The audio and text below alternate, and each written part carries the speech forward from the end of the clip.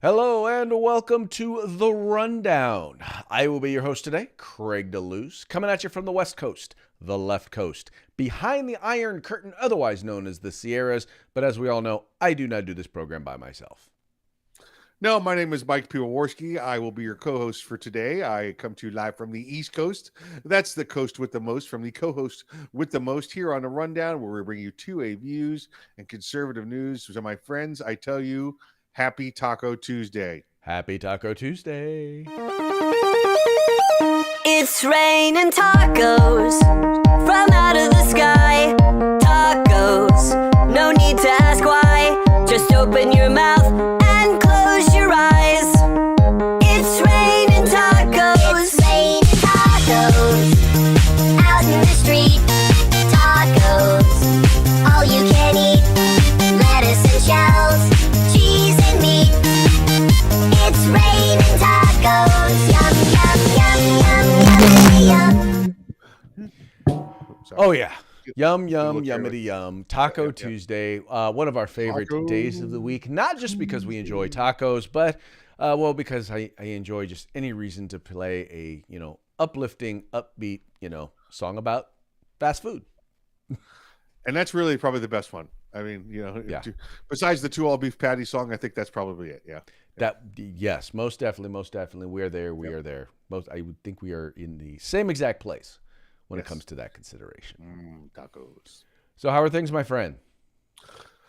Well, very good, very good. I got to see some friends yesterday. After we finished up the show, still early enough in the day. Now that the crazy time change is going on, it's light until almost 8:00 at night. So it feels like I got a bonus hour in the end of the day, but it's kind of weird because I got screwed out of an hour earlier in the day. So I'm not sure what's going on. I'm not sure why we have the time change anymore. We need to get rid of that. That's my vote. It doesn't really make any sense. I just wish you would keep it at daylight savings time, like where it is right now. I just wish. I don't care if it's this way or the other way. Let's just lock it in. Okay. Final answer. Lock it in. Lock it in. I would be 100% okay with that. It be especially like during the week. It gives me an opportunity. I feel like I have more day to get stuff done. So even once I'm done working, that I can still I can relax for a second, chill, and then get some other stuff done before I lose light. I saw a meme last year before, I forget when it was. It has a very distinguished looking older Native American on it, standing next to a blanket, and it says, "Only in America do they think you can cut the top foot off a blanket and sew it to the bottom of the blanket and make the blanket longer." Yeah. Okay, it's true. I guess it's true. It's true. I think what they're trying to do is they're trying to take advantage of when there is more sunlight, and at a certain point you start to lose some sunlight in the beginning of the day, and you get more sunlight at the end of the day, and so it's a way of allowing people to partake of the sunlight. My attitude is just get up earlier. Yeah. There's all the reasons that this started was the marketplace for farmers and things like that, and that's all over with now. We don't have to worry about it. All those reasons are gone. So that is definitely it's not a thing anymore. No, but let's do it. It is what it is. I just until they eventually vote to get rid of it. It is. I think in Trump's second term, we'll actually see daylight savings time go away. So, or the time change Trump's go away. Second term. Yes. I love your optimism. Oh, it's no optimism. It's it's no optimism. I got my crystal ball right over here. Okay, well, we shall see. If Biden keeps going the direction that he's going, it's going to be almost a definite as long as Trump decides he's going to run. I don't see. It's definite. And he has decided. Yeah, so. I don't see any Republican being able to beat him. No. The only one close will probably wind up being his vice presidential nominee. That's right, Captain Florida. Yep, right, yep. Exactly. So I really don't see anybody else being in a position to really be able to beat him. But who knows? We shall see. Yeah, it's amazing because all the pundits get out there. Pretty much a lot on presidential elections, so... All the pundits are out there. They're like, well, no, this person, blah, blah, blah, and Donald Trump, probably not, and blah, blah, blah. And you know why? It's because, again, none of them want to see Trump run again. Right. because they know if Trump runs again, he's going to be the front runner. They know Right. he'll probably win. But because they all hate the unpredictability of what Trump's going to do. And listen, we know that the media does not want him in there, right? Have we not seen this before? Because he's going to shut them out. Well, So let's clarify. he's going to flat shut them out. I don't think that people are worried about the unpredictability of what he's going to do because, or at least The on other Republican politicians side, are. because they like what he's going to do. It's the unpredictability The other of what he's politicians going are. to say. Let's clarify that. Let me clarify my statement. The other politicians are scared of what he's going to do because they don't know where they stand with him. Because he doesn't stand on a party line. He stands on what's good for America. Well, but even with that, I think they're more concerned about what he's going to say than what he's going to do. Or you mean what he's going to tweet? Or what he's going to tweet, right? They're worried about mean tweets. I missed the tweets. Or more importantly, they're worried that the mean tweets are going to be directed at them. That's right. That's right. Yeah. By the way, up one morning and you thought notice you were in that a we're not good- worried about whether or not there's an accuracy to the tweets. They just are yeah. concerned that they're going to be mean. Yeah. Well, according to Twitter, they were all false, right? Right. Well, right. As we have found out, both Twitter and Facebook and Google, well, we all know that they've been lying to us, or at least perpetuating lies while covering up the truth. That of course, that's in no small part how Joe Biden won the last election. And when I think about election collusion, that's what I mostly think about how the mainstream media and how big tech covered up many truths in order for voters to be misinformed about what was going on. My favorite tweet ever, and it's very revealing. I think it explains everything. Was when he said, "Cove Fifi." Kofi. Yeah. I'm not even going to go there. Okay, let's get into today's news, shall we? The nation's 23rd state, and they're not the 23rd state, but they are the 23rd state to approve constitutional carry. That's right. The state of Ohio, the governor of Ohio, Governor DeWine, has signed constitutional carry into law. That's right. The ability to carry a firearm concealed in the state of Ohio is now legal. The interesting thing about this is that, I mean, it's probably one of the most detailed laws in terms of, I think, covering a lot of the things that law enforcement claims that they are supposed to be concerned about. Mike, for example, once again, it doesn't require you to have a permit as long as you are an adult and not prohibited. And there's stipulations in there as to basically, if you are prohibited by law from owning a gun, then you can't carry a gun concealed. There is the requirement to notify law enforcement. So if you encounter law enforcement, if asked, you have to tell them that you do have a firearm in your possession. If you do not, then you would be then illegally carrying a firearm. Anyway, I think it's pretty detailed. I think it covers a lot of the questions and the concerns that a lot of folks, that law enforcement has expressed that they have issues with. Now, there are still, I'm sure, law enforcement who have an issue with this. When I say law enforcement, I mean the bureaucrats, the union chiefs / bosses, and the heads of the police, some of the police departments in some of the more liberal cities. But overall, I think it's a very well written bill. I guarantee you the duty to report to law enforcement will either be tweaked or overturned. You cannot just go up to an individual and ask them, "Do you have a firearm?" unless you have a sufficient means to ask them that. Do you have another reason to ask them that?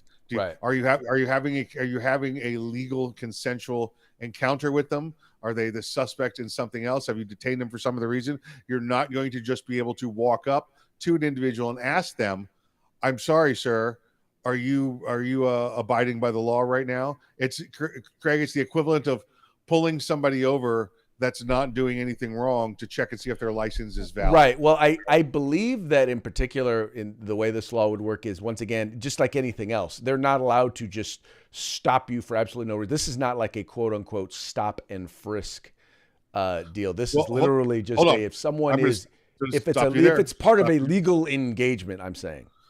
Let me stop you there, because if you're going to say stop and frisk is an illegal engagement, we're going to have a different conversation. Oh, Stop no, and frisk no. is 100% legal under I'm saying, Terry v. no, my point is you Terry v. can't just Ohio. generally, even with stop and frisk, you can't just generally just stop somebody and ask and start frisking them. There's got to Correct. be Stop some and sort of a probable Correct. cause. It's reasonable suspicion is the Reasonable level that suspicion, it's required. exactly. Yeah. Exactly. But yeah, so don't I don't want you to confuse stop and frisk for something different. Yes. Now, if they're in a legitimate stop and frisk situation, then yes. And by the way, it's stop, talk, and frisk. Right. It's not just stop and frisk. Exactly. So yes. Yeah, but there has to be another legitimate reason to have detained that person. Right. No. before you I can ask them that completely question. agree. Completely agree. Yeah. And unfortunately, sometimes that's when we're doing a 5-minute stint on talking about a particular piece of legislation, we don't have time to talk about every jot and tittle in the legislation. But yes, I thank you for that, providing that clarification. Yes. Anytime, sir. As you. Those are my words of the week: jot and tittle. Jot and tittle. There you go. I used to watch that show on Adult Swim, I think. Yeah. Excellent. But the other thing, Mike, that this raised a question, and there was actually a brief piece that was written by a good friend of ours, Lee Williams, talking about the conflict between calling it permitless carry or constitutional carry. I don't know anybody in the gun rights community who legitimately supports gun rights who refers to it as permitless carry. Everybody who believes in the Second Amendment is a fundamental right, in particular, that allows you to bear arms. Everyone calls it constitutional carry, not permitless. Right. Yeah, no, agreed. I don't know where it came from. I saw this argument a couple of weeks ago. It's not constitutional carry, it's permitless carry. I'm like, what are you fighting about? You're literally fighting about the same thing. There's no difference here. Well, no, permitless means this. Yeah, you know what? Show me another right in the Constitution that I need a permit for. That's just there isn't one. Stop with the permitless carry nonsense. Listen. There's no state out there that says, okay, here's the deal. We're going to still require you to get training, but we're not going to give you a permit. So that makes it permitless carry. Well, guess what? If you don't have a permit, then it's not. It's constitutional carry. It is what it is. So I don't know. There's a couple liberals out there that still want to be heard, and that's probably them. So. Well, the other thing though is and I still believe that to a certain degree, one of the reasons why you're seeing a lot of states still keep their permits, even though they're going to permitless carry, is once again the hope that national concealed carry reciprocity will actually be a thing. With that. In particular, there's some states you're just not going to get on board unless there is a permit requirement, and that permit requirement is going to have restrictions that constitutional carry does not have. And listen, I've heard this either way, Craig. The difference is, let's pick a state for instance. Florida still requires a permit to carry a concealed firearm. Okay, right. And now Ohio does not. So if you traveled from Ohio to Florida and wish to continue to carry concealed, Ohio still issues the permit so that if you went to Florida, right, you could say, here's my valid permit from Ohio. However, what should be occurring is if they show up in Florida and you say, here's my Ohio driver's license, I'm a resident of Ohio. That tells me the same thing, Craig. And I don't know why states don't get on board with that. All you have to do is know who the constitutional carry states are, and you say, I'm from a constitutional carry state. Here's my driver's license. And then the state that they visit should be smart enough to go Google constitutional carry state. Oh, look, Ohio's one of them. Have a good day, sir. Well, no, I completely agree. That is something that actually should be taking place. Yeah. I don't know if for example, the Ohio law requires. I don't believe it requires you to have a concealed carry permit. No, a state Florida cannot require you. The question becomes, for example, a state like California will never approve unless there is a national standard, they will never support the idea of constitutional carry. Correct. But that's what I was saying when we get of a national concealed carry reciprocity. when we get to national reciprocity, there shouldn't be a national reciprocity ID card. It should just be, here I am, a person. Here, Well, here's my driver's license. I'm a person. What you're saying should be, and what politically is possible, are two very different things. Well, listen, we know when we get to national reciprocity, it's going to have to be after the earthquake at the San Andreas that left most of California underwater. So yeah, but California's not the only state that's got that issue. We'll put it. Yeah, that but way. if Trump shows up and says, "You want me to do to you what I did to California?" Other states are going to be like, "Okay, never mind." Stop. Okay. Because we don't think you did that, but there's the chance you did. Right. And the only thing that will be left standing, is like Trump Tower. Yeah, exactly right. Yeah. On its own little island there, Exactly. Yeah, Okay. yeah. You point made. All right. Moving on to our next story. I don't know if you folks saw this, but evidently the laws of economics and finance and how the economy works and all that have completely changed, and we have the Democrats to thank for it, because according to Nancy Pelosi, Pelosi claims that government spending is actually reducing the national debt and is not inflationary.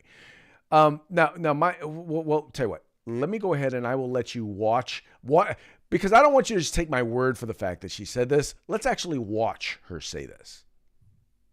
When we're having this discussion, it's important to dispel some of those who say, well, it's the government spending. No, it isn't. The government spending is doing the exact reverse, reducing the national debt. It is not inflationary. So when we're having this discussion, it's important to dispel some of those who say, well, it's the government spending. No, it isn't. The government spending is doing the exact reverse, reducing the national debt. It is not inflationary. Now, okay, so to be clear, Mike, we're borrowing money, right? We're already in debt. We are borrowing money, spending that money, right, and going to pay it off at a later date, right?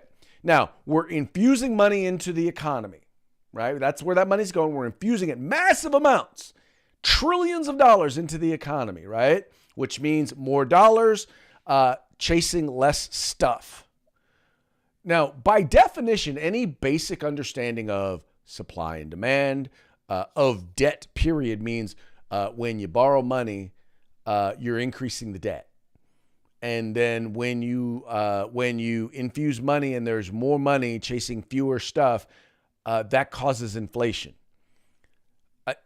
Is there some sort of a bizarro world economy that Nancy Pelosi is experiencing that where these basic laws of economics no longer apply? Craig, I told you during the State of the Union address, as Biden was coming up with all these plans to have these new programs. Remember, Craig, we were going to raise the salaries. But we were going to lower the cost of everything else. And you and I both know what that takes, right? That takes more money to do that. And I told you I was out back. I was looking out back to see if there was tree or money growing on my trees. I wanted to see if I had the same kind of money tree that Joe Biden had. Well, evidently, Nancy Pelosi has the same kind of tree in her backyard that Joe Biden has. It's a money tree, and all this free money comes there. Listen, folks, there's debts and there's assets, okay? All right? And what you're trying to do is live and have more assets than you have debts, all right? And if you take from the assets to pay off the debts, guess what happens? The debts go up and the assets go down. It's this little scale. Oh, but she's saying if I take from here and pay here, then this happens. This one doesn't move. I could take from one. It's like reaching into your left pocket, Craig, pulling out $100 bill and putting it in your right pocket and say, look, I just made $100. No. That's not how this works. That's not how any of this works. Mike, it's even worse because you don't have that $100 in your left pocket. You are borrowing that money. You're I taking it out of someone else's pocket and saying, I'm going to get this back to you and I'm going to pay you interest for it. Yeah. Right? Yeah. Yeah, that's And the old Bill Cosby joke. I don't know if let's see if you remember this, Craig. The old Bill Cosby joke. He's standing in an alley with his buddy. They're cutting through, right? They're on the Right. way. They're on the way home somewhere, and they're cutting through. And a bad guy comes up to him with a gun and goes, "Give me all your money."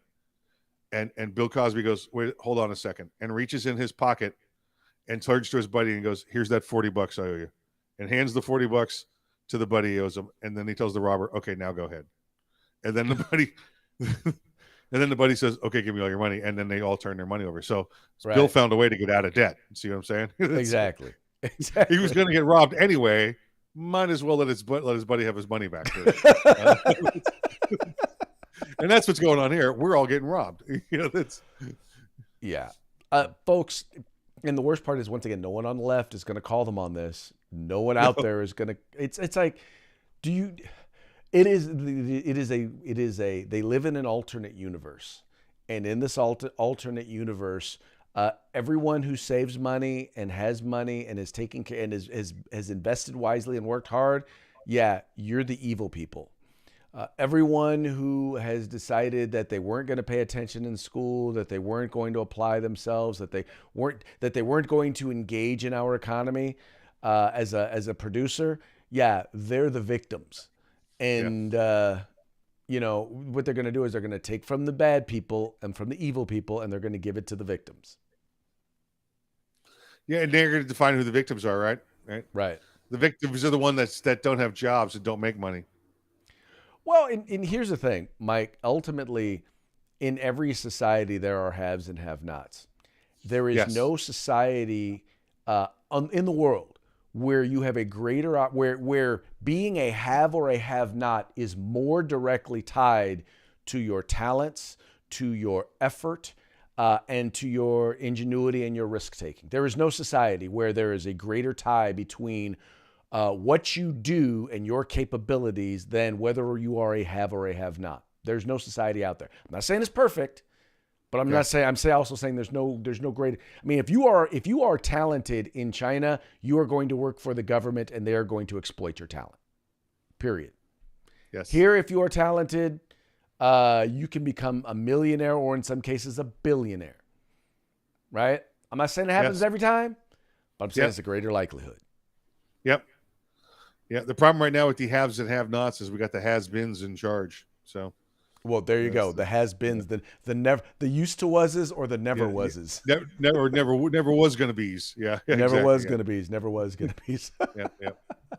All right, Mike, we're going to go on to this next story of a hero goat, and this is your story. So I am going to allow you to share this particular story. First, Craig, I'm not sure why we didn't use this as the lead yesterday. I'm sorry. I don't know. I know we had important things to discuss, but the nation needs a hero goat. All right, and that's talk about being the scapegoat, huh? That's it. This is the hero. This is the opposite of the scapegoat, right? This is the answer goat. All right. So here's the deal with this story. This is truth. This is the whole truth. It says right here. The police in Henry County, Virginia. Now this is around the Martinsville area, south central Virginia, maybe a little towards the west. About a 50,000 population in the town, a little bit more than that in the county, right? So this is Henry County, Virginia. It's rural Virginia. Okay. These two deputies there, it's Captain Barker and Deputy Parnell, go to this house to find a suspect and make an arrest. Well, the bad guy decides, Craig, he's not having anything to do with it, so he's fleeing. So he does the whole, and he's gone. And they start chasing him. A foot pursuit ensues. They jump through a couple of properties, a couple of fences. They're chasing this guy down, and finally they chase this one fence, right? And there's this goat, Gracie, and Gracie decides that she's going to get it. She, by the way, is going to get in the fight. Well, so now you've got bad guy right in front, and you've got two deputies chasing, right? And now you got the goat behind the deputies. So the deputies are doing this whole what's with this goat thing, right? And they're continuing to chase this guy through this rural area of the county. And then all of a sudden the goat gets up alongside the deputies. And the deputies are like, okay, what's going on? The goat's not chasing us. And then the goat goes past the deputies and starts chasing the bad guy. So now it's the bad guy followed by the goat with the two deputies. So you got goat chasing the bad guy. So the bad guy manages to slip into like a clump of woods, out near you get through a field, you get a clump of woods. Well, the deputies, following their procedures, decide, hold on, they're going to pull back, set up a little bit of a perimeter, and they're going to call for the canine to flush the guy out, to see if they can't get him out. Because I'm not sure if he went in there with any weapons or anything like that. Well, the goat evidently is not having any part of that, Craig. The goat decides she's going in. So the goat goes into the woods and starts, it finds the bad guy. All right, it starts to flush him out, and the goat starts to headbutt and go after the bad guy, forcing the bad guy out of the woods into the waiting deputies. And when they put the guy in custody, the goat just comes out and just stands there like, hey, how's it going? Here's the guy. This is a true story. This is a true story. You'll find it there at Fox News. This is a true story. It is a true story. It is hilarious. Having had an experience recently with a goat, I will tell you, I could totally see. Has the this goat happening. redeemed itself with you now? Have goats Yes. redeemed themselves with you? Exactly. This goat might escape. Becoming a meal. See, I saw this story popped the weekend of your missing goat, your escaped goat, and I thought maybe the goat escaped all the way across the country for this reason. Maybe it was this goat. Well, okay, so this right here is the goat that you're referring to on the. That's Gracie the goat. Virginia. Yep. Now I will tell you that the goat that we had to deal with was a little bit scarier. I mean, we're talking some serious horns here. It was listen. If you were a bad guy in the woods, you'd get out of the way of that guy too. Oh, the goat ran down the bad guy. Dude, man, this thing scaled a 6-foot fence to keep from being eaten. Yeah, I mean, that's a smart goat. that was a very smart goat. And when you catch that goat, just cut one leg off and eat it. Have a leg of goat, because you can't eat that goat's so smart you can't eat a goat like that all at once. No, you can't. You just have a little bit at a time. So that reminds me, my mother and father-in-law live with us, and they used to have for a while we had some chickens that were here, and something happened. One of the chickens was born. I don't know why, but this chicken only had one leg, and this chicken grew up and became a one-legged, hopping around chicken. We called him drumstick. One-legged butt kicker chicken. What? A one-legged butt kicking chicken. One-legged butt kicking chicken, but we called him drumstick. Drumstick. What's up, Drummy? Mr. Drummond, come here. At that point, we couldn't eat him. I mean, we just couldn't. Yeah. We kept him around a long time as a pet, but we just how do you eat? Once you've named an animal, they're a pet. I've named many animals and eaten them all. Just so we're clear on that. You said you've named many animals. What did you name them? The meal you were going to make with them? Oh, you do. You look at one and you're like, okay, you're chicken rollatini. That's what you're going to be.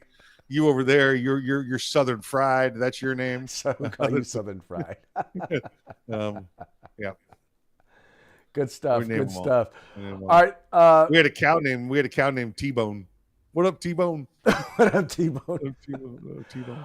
All right. So, just so you guys know, if there was ever any doubt that Joe Biden and the Democratic Party have jumped the shark and that they are now a laughingstock, when the left-wing liberal late-night comedians, once they get into the act of making fun of you, you know for sure that it's over, and that kind of leads us to our parting shot.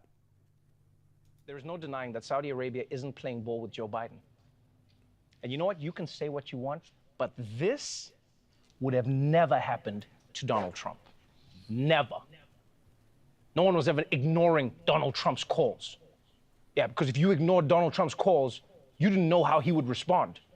Maybe he'd send an angry tweet, or maybe he'd just ban your country from everything. You don't know. That's why I bet in these situations, Biden actually wishes that he could hire Trump to step in as President Wildcard. Just keep everyone on their toes. Because if Trump was calling, you best believe the UAE, they'll be racing to pick up the phone. Oh, Mr. Trump, we're here, hello? Too late, Ahmed. You made me wait 2 rings. We're bombing the UAE and the UFC, just in case.